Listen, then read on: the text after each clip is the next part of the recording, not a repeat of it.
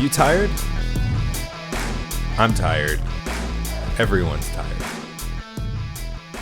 But who puts in the work now when everyone else is tired, when everyone else takes a break, are going to be the ones who rise to the top, who get to take advantage of the opportunities that are out there.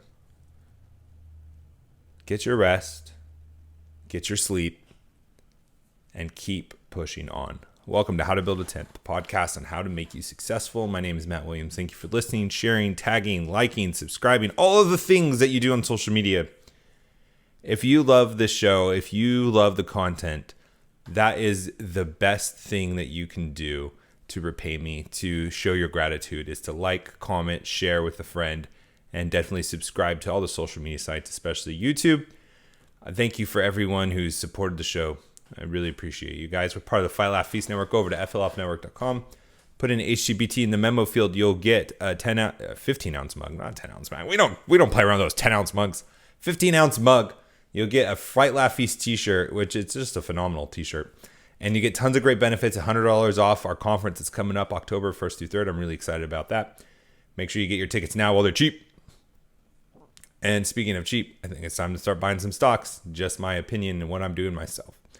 Don't know what stocks to do, stocks to buy index funds. The UDOW and the SPY, those are some that you should consider. And if you still need some advice, there's financial advisors out there that are going to be very helpful to you, and I'd highly recommend them. They can give you an all-around strategy, including how to deal with taxes and all that good stuff. So be thinking about investing. This is going to be an interesting once-in-a-lifetime opportunity. It's a once-in-a-life event so far, hopefully forever, that the economy is shut down the way it has, which means there's a once-in-a-lifetime opportunity for investing and many other things in business as well. If you want to email me, you can email me, Matt at howtobuildatent.com. Find me on all the social media sites, How to Build a Tent, and you can DM me there. I had someone who friended me on Instagram and direct DM'd me and, basically was yelling at me and told me I don't know what I'm talking about. What do I have, an MBA? That doesn't give me any authority to talk about economics. It doesn't give me any authority to say anything about my opinion, and I'm dangerous because I'm sharing my opinions. And she goes on to talk about capitalism, and she said you can call me a Marxist and all these things, a communist. And I didn't call her those things. I was actually quite nice, and I responded to her. I'm waiting for her to reply back. But all that to say this is, I'd love to hear from you. You don't have to be aggressive. You don't have to be mean. You can just, have a rational discussion with me. I'm more than happy to engage. I will not ignore you unless you're incredibly stupid. That is to say that you are just rude, obtuse, and your arguments are terrible. You misspell things, and I misspell things all the time, but you know what I mean. This is someone who is just totally over the top, out of control, not seriously making any arguments whatsoever. Then I'll ignore you because you're not worth the time. But if you are serious and you have questions or you have disagreements, I'd love to hear from you, and I will respond nicely, even with this person who was not that nice, kind of just blew up on me. But I still responded very nicely. Usually I do. I know that's not the MO on Twitter usually, but usually I'm not nice on Twitter for people that are false teachers, that are trying to get people to sin on teaching heresy and all those things. That's when I, take the boxing gloves off, throw some satire in there as well. Oh my goodness. What is there to talk about? Let me just, oh my gosh. The press conferences just make the press just so irrelevant. Does anybody take them seriously besides the far left? Does even moderates take the press seriously? What they are doing through these press conferences is absolutely insane. I'm not going to get into it too much. But there's one thing I want to talk about, because I did talk about this yesterday on the show, which was one of the best shows that we've done, one of the best performing videos we've done in a while. So thank you for all those who watch, share, and tag, and subscribe and stuff like that, especially on YouTube. But there's this I don't know what it is, false reporting, over-exaggeration, hit piece, hack job. I don't know what you want to call it, but the medicine that Trump has been recommending you talk to your doctors about hydrochloroquine. I think that's how you say it. I totally butchered it yesterday. Hydrochloroquine, I think that's how you say it. And the zinc pack, and there's like a whole package of things. And it's been showing how really good success from all the doctors I've heard, from the studies I've heard. And you know what the press does? Like I said yesterday, they're not on our team. They're not rallying with us like all of us, the government workers, the medical staff, the people in the healthcare industry, private industry. They're not rallying together with us. They're against us. They're attacking us. They're trying to take advantage of the situation. One of the things they're going after Trump for right now is that a company that he owns shares in a mutual fund, which, let me just explain. A mutual fund is a fund that has many different stocks in the portfolio for you to invest in. So you're investing in a mutual fund that diversifies you. And so you don't have to worry. You don't have to spend time. You don't have to spend lots and lots of money on diversifying yourself. You go into mutual funds and let people manage them. And usually, hopefully, they have a good return. One of the public sector's recommendations for people that could have conflicts of interest is to invest in mutual funds. So there just happens to be one company in a mutual fund that Trump has money in that used to produce hydrochloroquine in the United States. Now they do not. They produce it in other countries, I believe, from what I heard, but they don't even do it or produce it in the United States. And the media is trying to make this huge controversy, trying to make Trump look bad, trying to make Trump look dishonest, look like he's trying to make money, to make, have gain off of his suggestions to use this from the pulpit of the presidency, which is ironic because that's all the media is trying to do, is trying to get ahead and try to look good and try to, further their careers. But that's neither here nor there at the moment.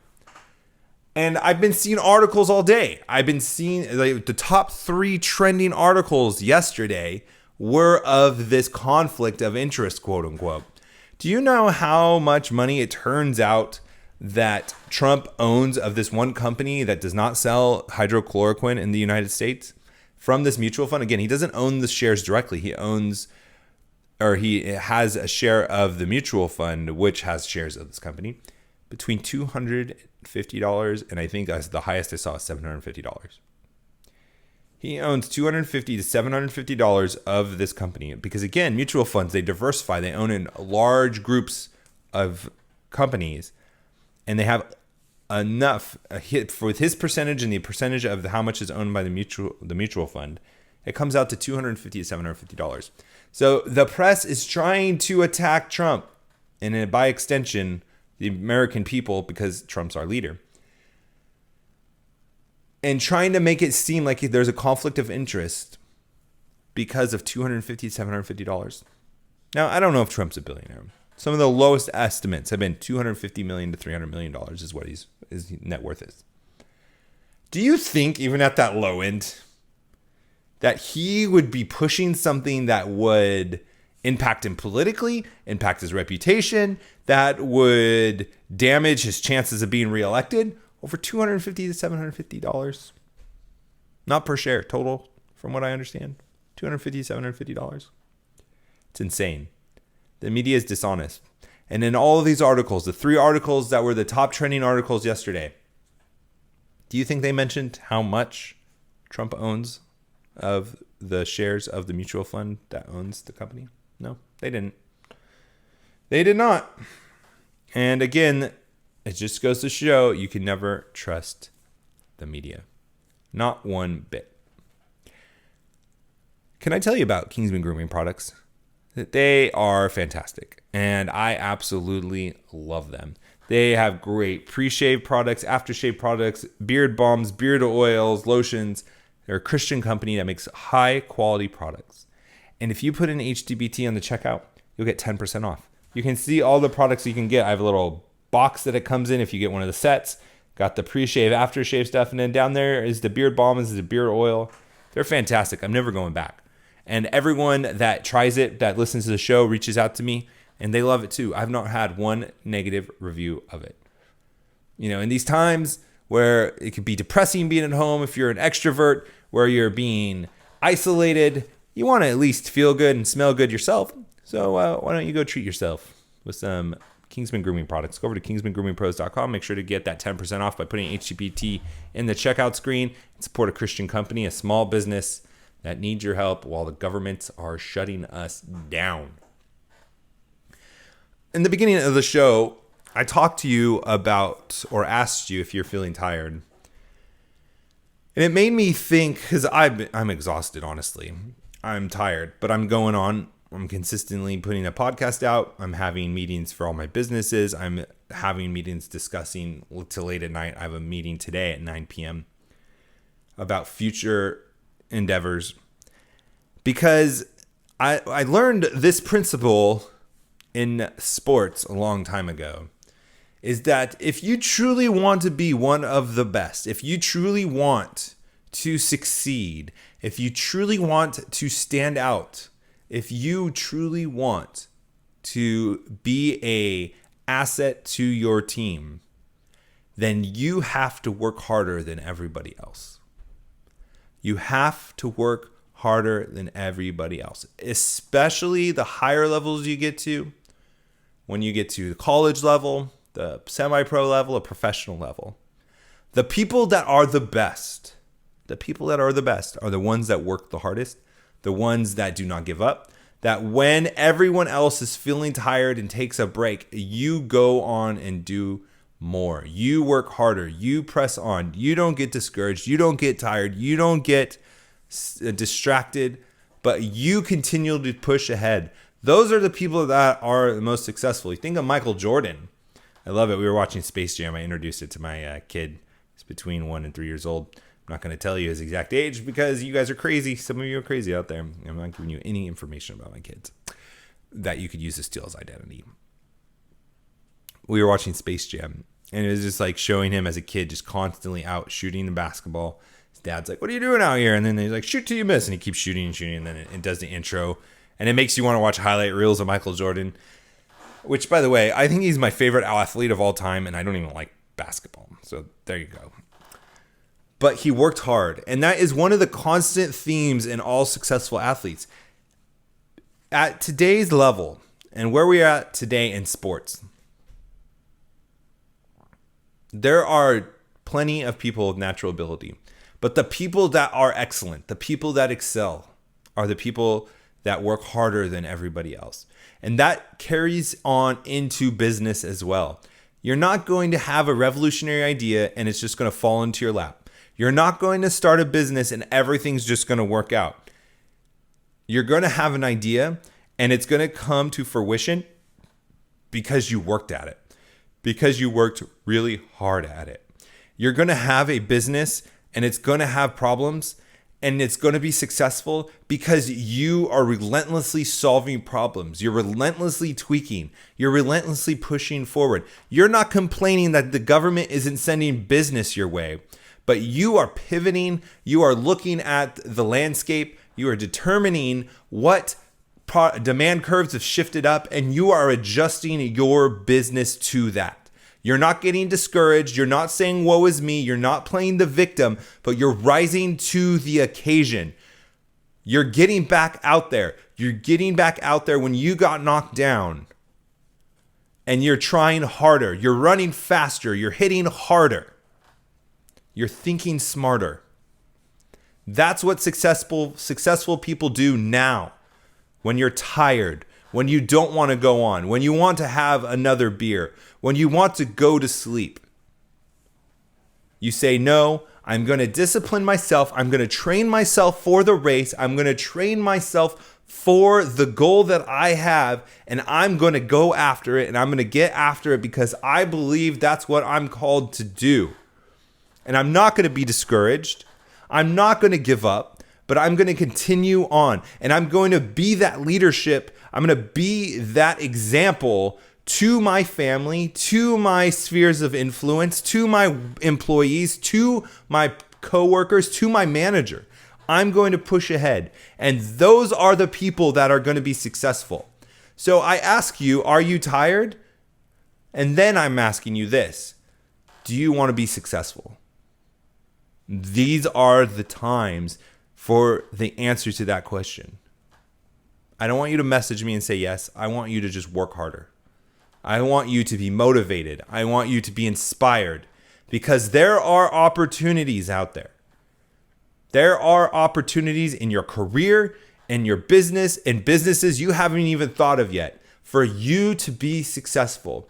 And what's stopping you is your laziness, as the circumstances around you, how your mindset is. Those things can be put on the wayside, and you can adjust, you can be flexible, and you can rise to the occasion. And will you do it? I hope you will. I hope you will. Because everybody's tired, but not everyone's going to be successful. And the major difference between the two is how hard you work. Not how much you want it. Wanting things does nothing for you. Working hard, thinking smartly, and planning ahead and never giving up is how you're going to be successful. So do that with me. While everyone else is getting tired, everyone else is getting cranky of self-isolation, everyone is discouraged because their sales have cut off and they don't know what to do, and they're going to have a pity party. You are not. You're going to go back to the drawing board. You're going to reevaluate where you are at. You're going to evaluate your assets. You're going to evaluate your weaknesses, and you're going to come up with a plan on how you can be successful. Do that with me this week. Do that with me today. And we will help each other out. We'll bless each other. And we'll continue on this journey, glorifying God and being obedient to what He has called us. And things are going to be working out just fine. Let's go out, be successful. We'll talk to you tomorrow. God.